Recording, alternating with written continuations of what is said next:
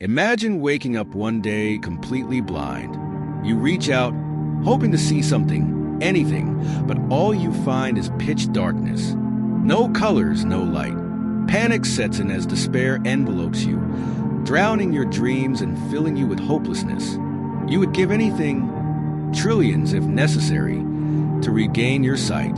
This scenario serves to highlight the immense significance of our eyesight, a precious gift from Allah that we often take for granted. No amount of money can buy this ability. It's not merely about having eyes. It's about the profound capability to see and experience the world around us. Think of the beauty we enjoy daily, the vibrant colors, the wonders of nature, and the ability to pursue our goals effectively thanks to our eyesight. This remarkable process relies on intricate and delicate structures working together in an astonishingly complex manner. One might wonder why it has to be so intricate. This complexity invites us to appreciate our Creator through His creation. Just as we admire a masterpiece of art, a groundbreaking invention, or the laws of science, we should also marvel at the beauty and complexity of our eyes and the process of sight. Recognizing this can deepen our gratitude and strengthen our connection to Allah. Let us strive to appreciate this incredible gift, fostering a sense of awe and gratitude for the Creator who has blessed us with such a miraculous ability. Allah facilitated the process of sight in such a way that it begins when light enters the eye through the cornea, the transparent outer layer that helps to focus the light. The colored part of the eye, the iris, adjusts the size of the pupil, controlling the amount of light that enters. In bright conditions, the pupil constricts, gets smaller. In dim light, it dilates, gets larger. After passing through the pupil, light reaches the lens. The lens is flexible and changes shape, thicker for nearby objects and thinner for distant ones, to focus light onto the retina, a process known as accommodation. Light then travels through the aqueous humor, the fluid in the anterior chamber of the eye, which provides essential nutrients to the avascular structures of the eye, such as the cornea and lens, which do not have their own blood supply. Light then hits the retina, the inner layer at the back of the eye. The retina contains photoreceptors called rods and cones. Rods which are sensitive to low light levels and are responsible for night vision, but do not perceive color, while cones function in bright light and are responsible for color vision and visual acuity. There are 3 types of cones, each sensitive to different wavelengths corresponding to red, green, and blue light. Indeed, glory be to Allah. When light hits the photoreceptors, it triggers a chemical change that converts light into electrical signals through a process called phototransduction. In photoreceptor cells, light-sensitive proteins called photopigments, rhodopsin in rods and different opsins in cones, absorb photons of light. Each type of photoreceptor contains specific photopigments sensitive to different wavelengths, colors of light.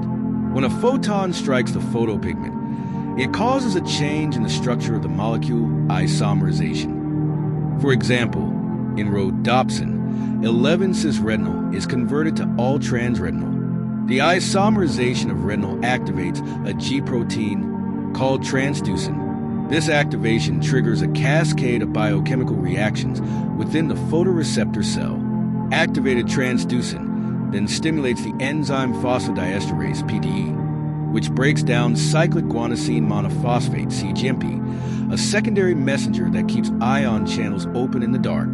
As PDE reduces cGMP levels, the concentration of cGMP falls, leading to the closure of cGMP-gated ion channels in the cell membrane of the photoreceptor. This closure prevents sodium, Na+, ions from entering the cell, causing the cell to hyperpolarize. The interior of the cell becomes more negative. The hyperpolarization of the photoreceptor cell leads to a decrease in the release of the neurotransmitter glutamate at the synapse with bipolar cells. In darkness, photoreceptors are depolarized and release more glutamate. The decrease in glutamate alters the activity of bipolar cells, which can either be on-center or off-center types, depending on the type of glutamate receptors they have.